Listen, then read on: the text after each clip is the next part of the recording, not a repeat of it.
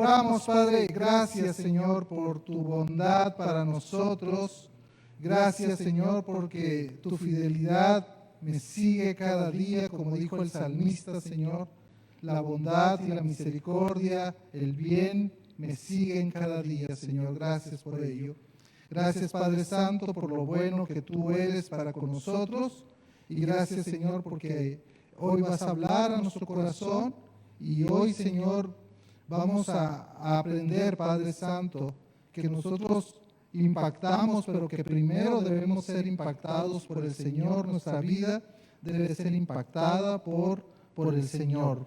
Así que, Padre, rogamos de tu bendición y rogamos, Señor, que nos hables de una manera maravillosa en nuestra vida, pero que también nos retes por medio de tu palabra, de este sermón, Señor, para que podamos aprender mucho más de ti, de tu palabra, y que tu Santo Espíritu nos ilumine, Padre Santo, por favor. Bendito seas, Padre Santo. Por Jesucristo oramos. Amén. Miren, hermanos, sin duda, hoy acabamos de leer la historia de Saulo, ¿verdad? Cómo el Señor lo alcanzó, cómo el Señor lo impactó, ¿verdad? Y sin duda es una de las historias más fascinantes de la Biblia.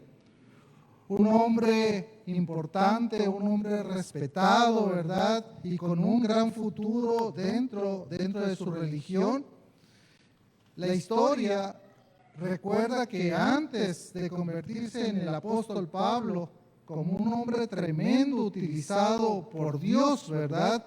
Antes era un hombre que él, Saulo, se comprometió con su Dios de un celo tremendo, que tenía un compromiso hasta muerte por lo que él creía, ¿verdad? Y esto lo llevó de una manera equivocada a seguir la iglesia de Cristo y a sus discípulos. Nosotros recordamos a Saulo como aquel joven en el que ponen su ropa con la muerte de Esteban, y como dice la Escritura, que asolaba la iglesia arrastrando a hombres y a mujeres para entregarlos en la cárcel. Ese era Saulo, ¿verdad? Ese era el Saulo que se menciona en las Escrituras.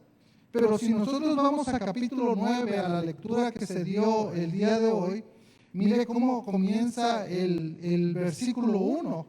Dice lo siguiente: Saulo, respirando aún amenazas y muerte contra los discípulos del Señor, vino al sumo sacerdote. Saulo, respirando aún amenazas y muerte contra los discípulos. Y algunos piensan que de aquí viene como ese animal salvaje, ¿verdad? Que está queriendo hacer algo, y este Saulo, por ese celo que le tenía a su Dios, quería y pensaba que amenazar a muerte a los discípulos era algo que Dios lo veía con bien, ¿verdad? Por eso es que pide carta al sumo sacerdote, para que se encontrara a todos los que siguen ese camino. Vea lo que dice el verso 2: y le pidió cartas para las sinagogas de Damasco, a fin de que si alguno de hombres o mujeres de este camino los trajese presos a Jerusalén. Y yo no sé si les causa la atención algo de esto, ¿verdad? De este camino, y nuestra iglesia se llama El Camino, ¿verdad? Pareciera ser, hermanos, que aquí podría ser un tono burlesco a los del camino, ¿verdad? A esos que hablan de un camino. Otros piensan que los identifican con el Señor Jesucristo porque Él dijo ser la verdad, el camino, la verdad y la vida, y por eso los identificaban como los del camino. Entonces, él quería perseguir a estos del camino, ¿verdad? O sea, los seguidores de Jesús, para que él pudiera llevarlos presos a Jerusalén. Todos recordamos exactamente lo que pasó después. ¿Se acuerda? Saulo, yendo por el camino, dice, cerca de Damasco, lo rodeó repentinamente un resplandor de luz del cielo. Esto hizo que se cayera a tierra y escuchara una voz que le decía: Saulo, Saulo, ¿por qué me persigues? Saulo pregunta: ¿quién eres, Señor? soy Jesús, a quien tú persigues. Al escuchar la voz, pregunta temblando y temeroso, ¿qué quieres que yo haga? La respuesta fue, levántate y entra en la ciudad y se te dirá lo que debes de hacer. A Saulo lo levantaron de la mano porque no podía ver y lo llevaron a Damasco, donde estuvo 3 días sin ver ni comer. Esta es la lectura que leyó nuestro hermano Jorge al inicio. Esa es la lectura de Hechos capítulo 9. Fíjense que en esta misma ciudad Jesús tenía preparado a uno de sus discípulos llamado Ananías, al cual el Señor se le apareció de visión y le dijo, bueno, Ananías le contesta, Señor, ¿cambio? ¿Sí?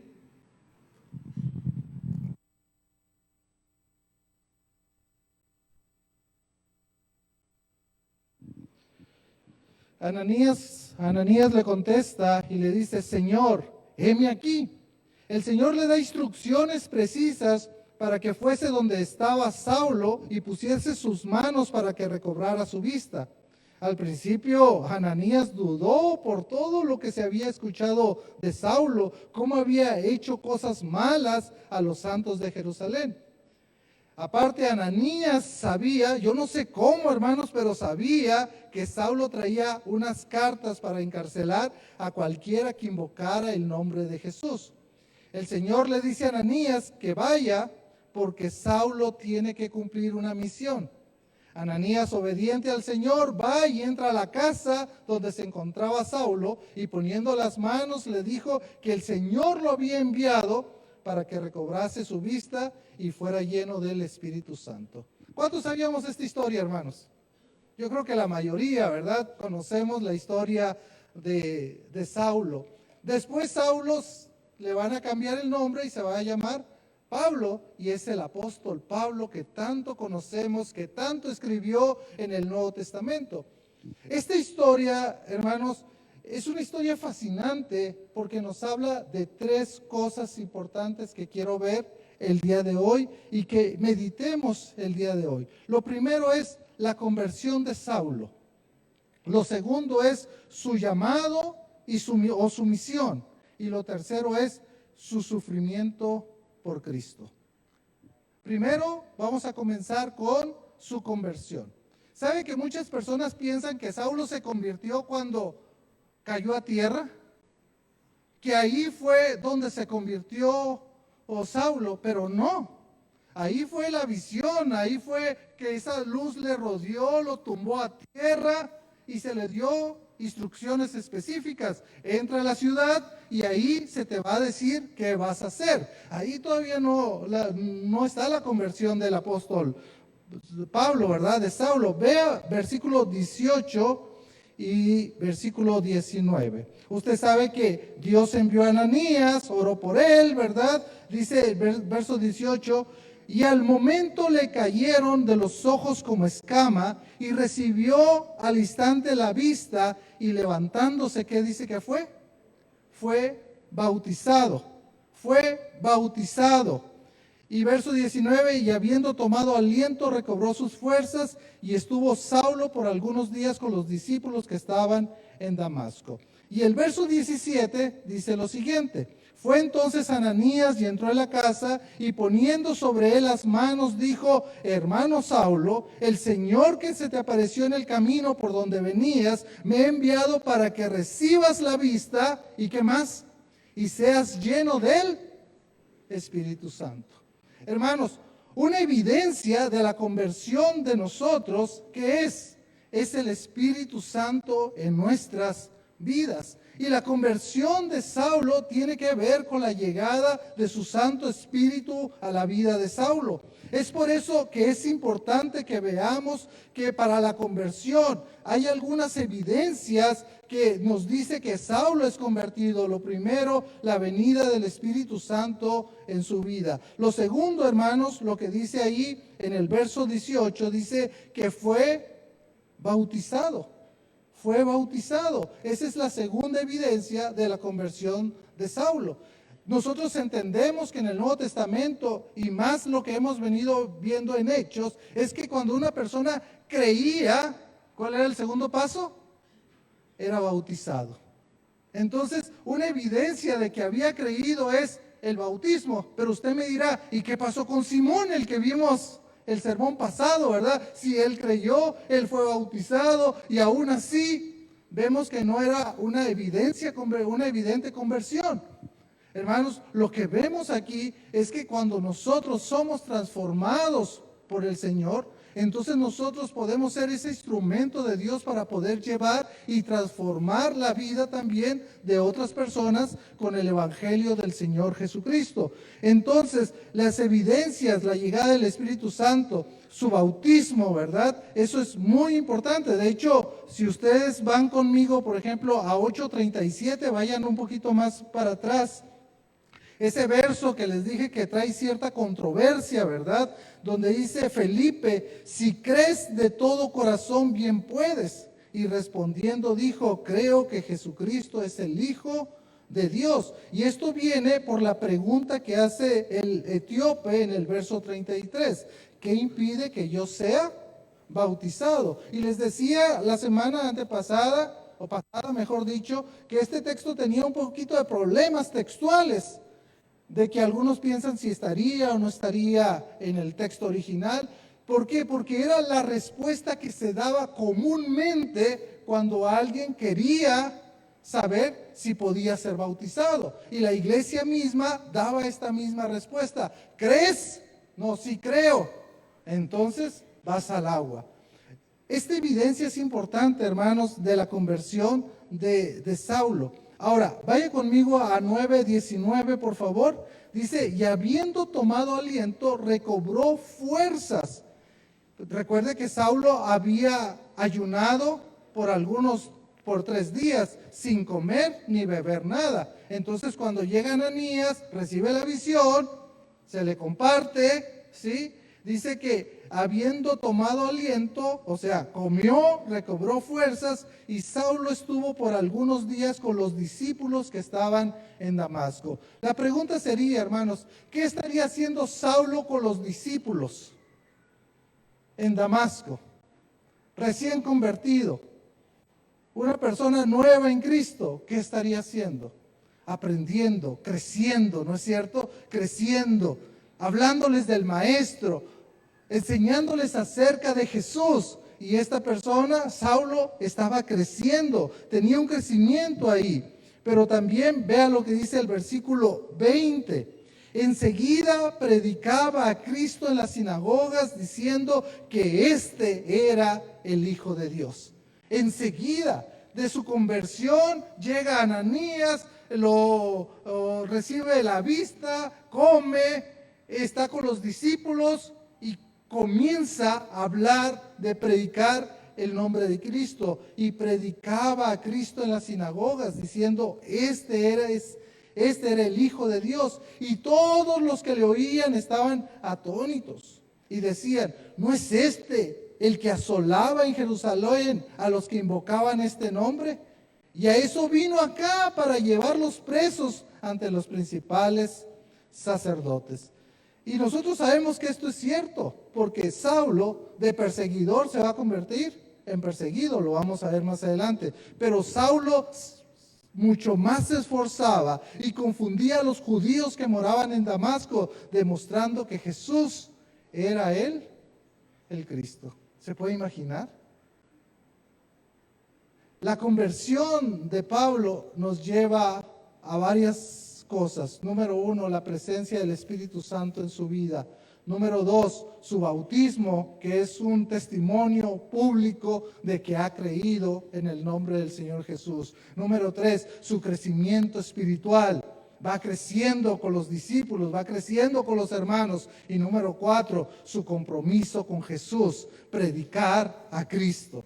Hermanos, si nosotros somos convertidos, si nosotros tenemos a Cristo en nuestro corazón, nosotros tenemos que dar estas evidencias también, hermanos. Número 1, que el Espíritu Santo more en nuestras vidas, que seamos llenos del Espíritu Santo, que el fruto del Espíritu Santo esté con nosotros. Número 2, que nosotros demos un testimonio público del bautismo. Por eso es importante, hermanos, el ser bautizados, que nosotros podamos dar ese testimonio público de que creemos en Jesús. Número 3, un crecimiento espiritual, el querer estar con los hermanos, el querer tener comunión, el querer estar juntos como hermanos para aprender juntos. Y número 4, hermanos, tiene que ver con el compromiso de obedecer al Señor Jesús, de predicar a Cristo, de predicar su evangelio. Eso es su conversión. Ahora vayamos a su llamado. ¿Se acuerda que este Ananías no quiere ir con Saulo porque tiene miedo? De una u otra manera se enteró de que Saulo llevaba cartas para si alguien que confesaba ese nombre, el nombre de Jesús, el nombre de Cristo, fuera entregado y fuera llevarse preso a Jerusalén. Entonces, ellos tenían cierto temor. Y dice Ananías, yo he escuchado, vea el verso 13, Señor, he oído de muchos acerca de este hombre, cuántos males ha hecho a tus santos en Jerusalén. Y aún aquí tiene autoridad de los principales sacerdotes para prender a todos los que invocan tu nombre. Pero vea lo que dice el Señor Jesús. El Señor le dijo, ve, porque instrumento escogido me es este para llevar mi nombre en presencia de los gentiles, de reyes y de los hijos de Israel. Me llama la atención, hermanos, que Saulo sería un instrumento escogido para Dios. Literalmente lo que el texto está diciendo, este es para mí vaso de elección. O sea, este va a ser un vaso para mí, un vaso que yo voy a poder usar para cumplir varios propósitos. Dice, para llevar mi nombre en presencia de los gentiles, de reyes y de los hijos de Israel. Me encanta cómo traduce NBI esta parte. Dice, tanto a las naciones, a sus reyes, como al pueblo de Israel. Él va a ser ese instrumento, Él va a ser ese instrumento que me va a ayudar a llevar el evangelio a naciones, a los reyes de esas naciones, pero también al pueblo judío, al pueblo de Israel.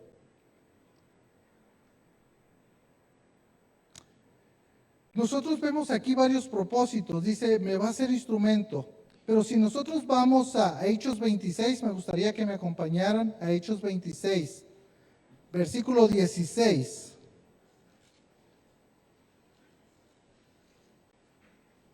Versículo 16 al 18.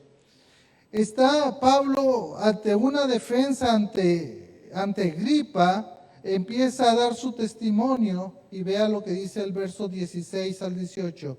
Pero levántate y ponte sobre tus pies, porque para esto he aparecido a ti, para ponerte por ministro, ¿y qué más?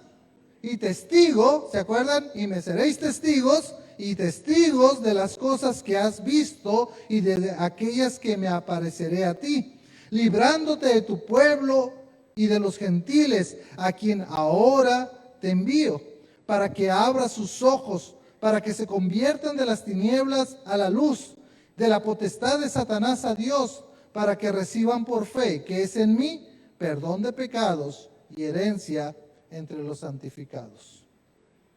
Ahí está. ¿Para qué lo llama? Ahí está su llamamiento. Vas a ser testigo. Y aparte de testigo vas a ser enviado, porque te estoy enviando. Y esa es la idea, hermanos, que el apóstol Pablo, Saulo, ¿verdad?, se iba a convertir en el instrumento de Dios, en el testigo de Dios para llevar su evangelio a reyes, a naciones, a gentiles, a judíos, a todos ellos, librándote de tu pueblo y de los gentiles a quienes ahora te envío, ¿verdad? Los gentiles, aquellos que no eran judíos. Te pongo como ministro y testigo, le dice, te envío a los gentiles para que se conviertan de las tinieblas a la luz, para que reciban al Señor Jesús por la fe para perdón de pecados. Como que está muy claro el llamamiento del apóstol, ¿no es cierto? Como que está muy claro. Recuerde, Saulo perseguía a la iglesia. Saulo perseguía a la iglesia, aunque cuando dice, Saulo, Saulo, ¿por qué me persigues? Haciendo énfasis en Jesús. O sea, si estás persiguiendo a uno de los míos, es como si me estás persiguiendo a mí.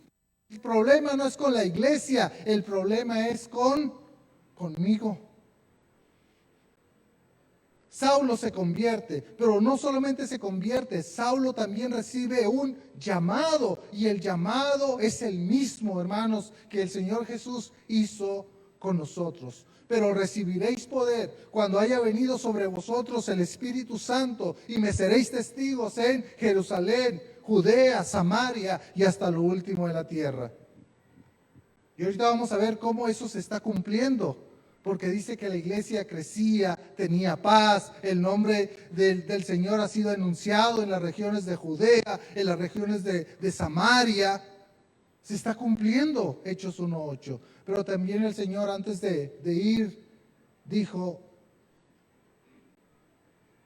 vayan, hagan discípulos a todas las naciones, bautícelos en el nombre del Padre, del Hijo, del Espíritu Santo. Enséñenles a guardar todas las cosas que yo os he mandado. Y aquí yo estoy con vosotros todos los días hasta el fin del mundo. ¿Se da cuenta? El mismo llamado, hermanos. El mismo llamado. Yo no sé, hermanos, si usted se va a poner enfrente del presidente de la República. Yo no sé, hermanos, si usted se va a poner enfrente de un ministro de esta nación, de otra nación.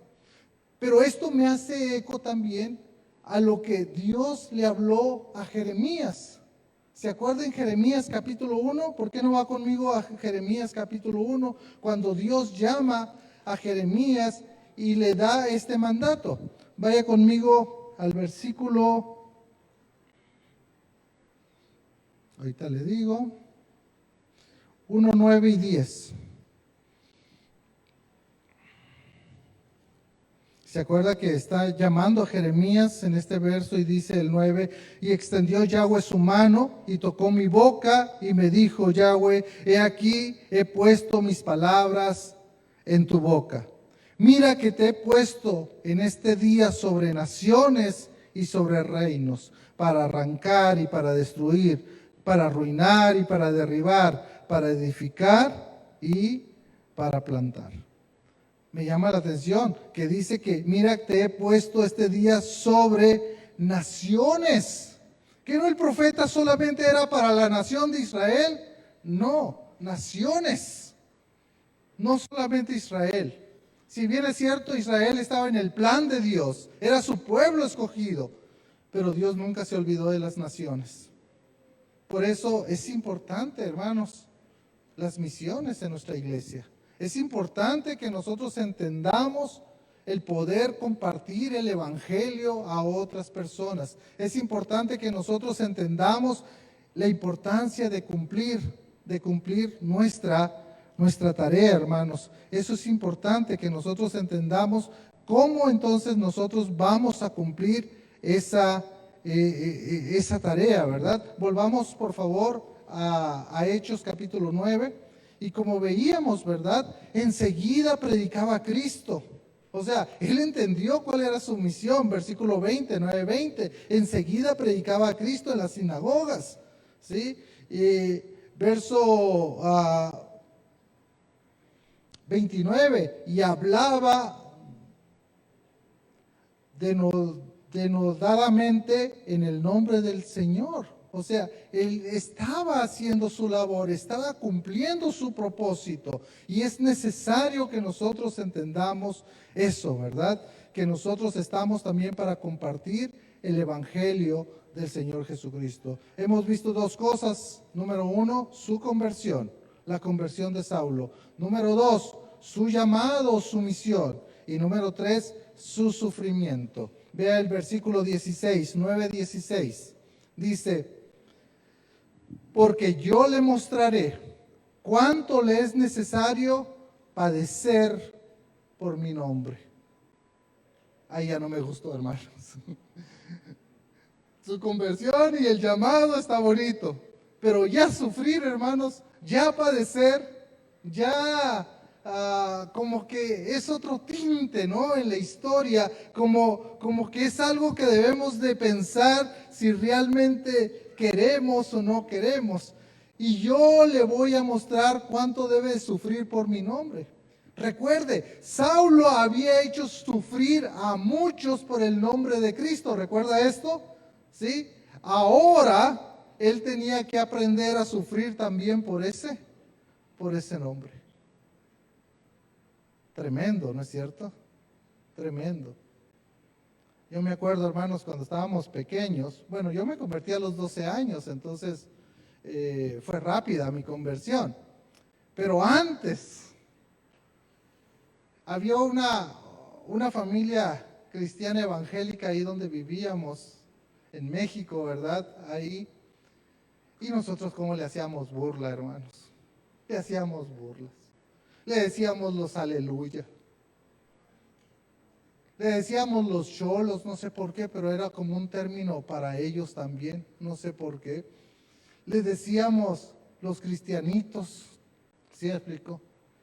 Y yo recuerdo que una vez mi mamá me dijo, hijo, me comprometí con la señora de que tú vas a ir a estudiar la Biblia con ellos. Nomás es una clase de niños, no te preocupes. Vas, comes pastel, agarras los dulces y te salís, ¿verdad? Entonces yo dije, ¿por qué me andas comprometiendo en esas cosas, verdad? Yo no quiero ir, yo quiero ir a salir a jugar con mis amigos. Para que no vayas solo, convencete a tus amigos y se van juntos. Es una actividad de niños, va a ser rápido. Voy con mis amigos y les digo, ayúdenme por favor. Mi mamá se comprometió con la vecina y que hay una clase para niños de la Biblia, pero lo importante es que van a dar pastel y que van a dar dulces. Ay, mis amigos dijeron, pues vamos al pastel y vamos al dulce, ¿verdad? A los dulces. Cuando yo estaba sentado ahí, 12 años tenía, hermanos, yo me acordaba de que, ¿cómo estoy en esta casa? Si nosotros les hacíamos burla. Y todavía me acordaba de algo y me sonreía, de verdad, de las cosas que decíamos de ellos. Hermanos, ese día, el Señor Jesucristo llegó a mi corazón. Ese día, mi vida cambió por completo. Ese día yo entendí que yo no debía temer a la muerte. Ese día entendí que Jesucristo había muerto por mí y había pagado por mis pecados. Desde ese día, hermanos, empecé a leer la Biblia. Desde ese día empecé a orar. Desde ese día empecé a cambiar mi vida y a tratar de ajustarla a lo que su palabra decía. Desde ese día yo no quería hacer otra cosa más que leer este libro. Yo me acuerdo las palabras de mi pastor, ¿verdad?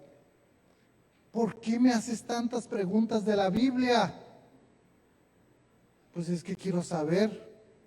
No, vos a un instituto, un seminario te vas a ir a estudiar, me dijo. Yo tenía 12 años, hermanos. ¿Qué es instituto? ¿Qué es seminario? Yo no tenía la idea. De repente, de la ciudad de Chihuahua, me llegó un correo. Recuerda que antes era correos no electrónicos, sino correos de carta, ¿verdad? Con un librito que decía, para Ricardo Enríquez, su pastor lo ha inscrito en un curso de correspondencia y cada mes usted va a recibir estos libritos, usted los tiene que llenar, los tiene que regresar y luego le vamos a enviar otro más. A los 12 años empecé a estudiar la Biblia de esta manera, hermanos. A los 12 años. Es que, hermanos, escuchemos eso. Si no somos transformados primero por el Señor, no podemos transformar a nadie, hermanos. No podemos ser esos instrumentos, esos vasos elegidos, escogidos para hacer eso. Por eso es muy importante entender esto. Y el sufrimiento, hermanos, va para allá, va a estar. Vea lo que dice el verso 23 al 25. Pasados muchos días, los judíos resolvieron en consejo, ¿qué? Matarle. Ya querían matar a Saulo. Y como dice ahí, pasados muchos días, los judíos resolvieron en consejo matarle. Pero sus acechanzas llegaron al conocimiento de Saulo y ellos guardaban las puertas de día y de noche para matarle. Entonces los discípulos, tomándolo de noche, le bajaron por el muro, descolgándole en una canasta. ¿Se da cuenta? O sea, ya comenzamos los problemas. ¿Por qué?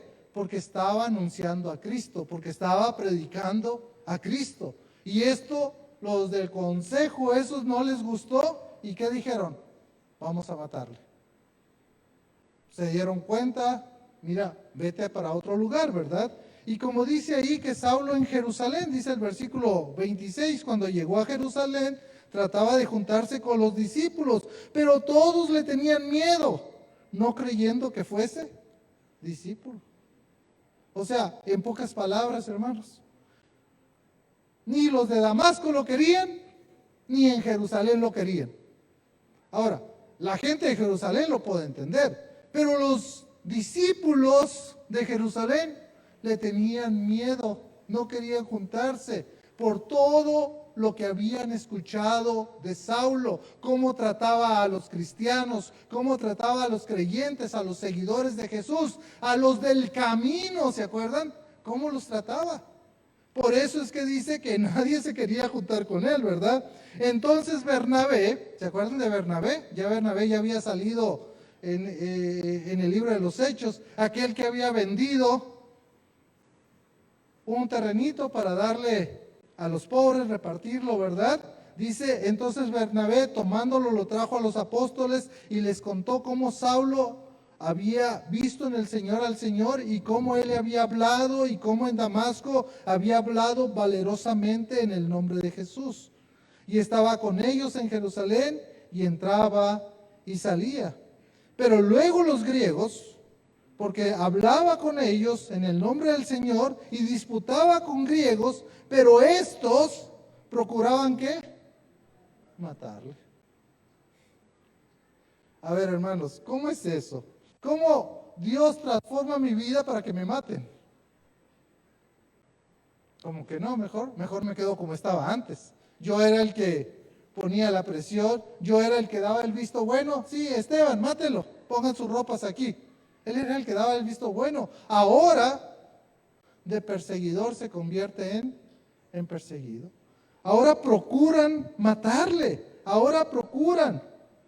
Cuando supieron esto los hermanos, lo llevaron hasta Cesarea y lo enviaron a Tarso. ¿Sabes qué? Mejor ve para allá, ve para Tarso. Hermanos, cuando hablamos de sufrimiento por el Evangelio, cuando hablamos de sufrimiento por el Señor, no nos gusta. Mejor hoy queremos escuchar otras ideas, como tú eres un campeón, una campeona, ¿verdad? Como ideas como el Señor te va a prosperar en todo, ¿sí? Si tú traes 1000 quetzales, no te preocupes, el Señor te va a devolver 10,000 quetzales. Ese es el evangelio que nosotros estamos escuchando. Esas son las predicaciones que escuchamos muchas veces. Pero hablar de sufrimiento, hermanos, no nos gusta. No nos gusta sufrir por el evangelio. Mire lo que dice Filipenses 1:29. Lo voy a leer en Nueva Traducción Viviente. Dice, pues a ustedes se les dio no solo el privilegio de confiar en Cristo, sino también el privilegio de sufrir por Él. Wow. Señor, no me des ese privilegio, ¿verdad? No me des ese privilegio. Dice que es un privilegio sufrir por Cristo. Es un privilegio sufrir por Cristo. Wow. Mejor dame el privilegio de creer solamente en Cristo, pero sufrir no. Hermanos, si me puse a pensar, ¿cómo es que sufrimos hoy en día por Cristo?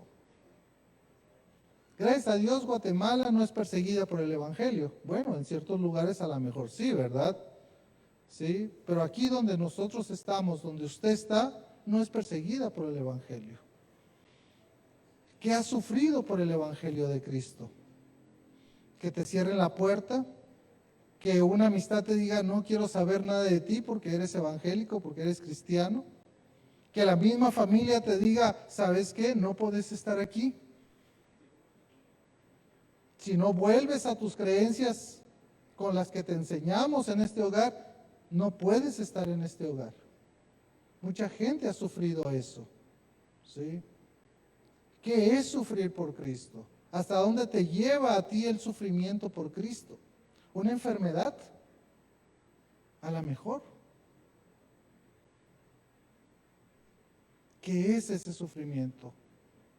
A un servidor, estar lejos de mi familia, a lo mejor ese es un sufrimiento, ¿sí?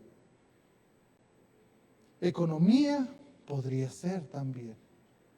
No sé, hermanos, hasta dónde estás dispuesto a sufrir por Cristo.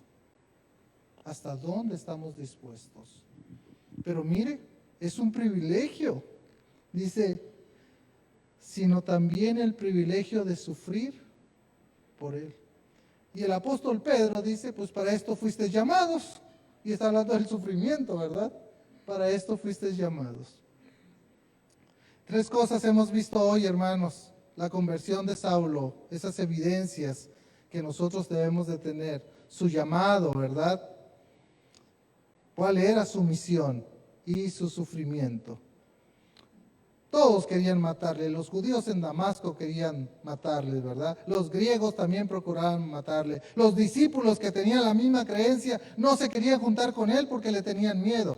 Pues hay un dicho que dice, crea fama y échate a dormir, ¿verdad? Obviamente, hermanos. Tuvo que pasar toda esta fascinante historia de Esteban. Fíjese, fascinante historia de Esteban. ¿Se acuerdan de Esteban, verdad? El que murió, el primer mártir. Tuvo que pasar todo esto, la persecución que se levanta a causa de su muerte, y cómo Saulo asolaba a la iglesia, cómo el Señor tenía que tumbarlo de ese caballo, ¿verdad? Para hacerlo reaccionar y así hacerlo su instrumento, para lograr una estabilidad en la iglesia de Jerusalén. Miren lo que dice verso 31, y el verso 31 dice, entonces las iglesias tenían paz por toda Judea, Galilea y Samaria, y eran edificadas andando en el temor del Señor, y se acrecentaban fortalecidas por el Espíritu Santo. O sea, el mensaje de Hechos 1:8 se está cumpliendo, porque las iglesias tenían paz, Judea, Galilea, Samaria. Vayan, sean testigos en Jerusalén, Judea, toda Samaria y hasta lo último de la tierra. Se está cumpliendo Hechos 1:8. Dice que eran edificadas, que las personas andaban en el temor del Señor, que eran fortalecidas por el Espíritu Santo. ¿Fue necesaria la persecución? Sí fue necesaria la persecución. Ahora, ¿Dios comenzó la persecución? No. Dios usó esa persecución para su gloria, para que gente pudiese llevar el Evangelio, para que fueran esparcidos a las regiones de Judea y de Samaria. Hay paz, hay edificación. Esto hacía que sus miembros anduvieran en el temor del Señor y vivían bajo la guía y el fruto del Espíritu Santo. ¿Qué aprendemos con esto, hermanos?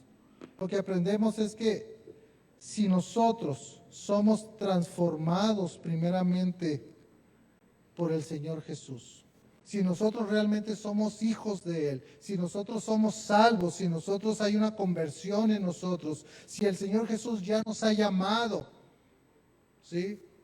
Si el Señor Jesús ya nos ha dado una misión, ya nos ha dicho qué debemos de hacer, entonces debemos de saber que para cumplir esa misión a lo mejor va a haber un sufrimiento y que nosotros estamos dispuestos entonces a sufrir por eso.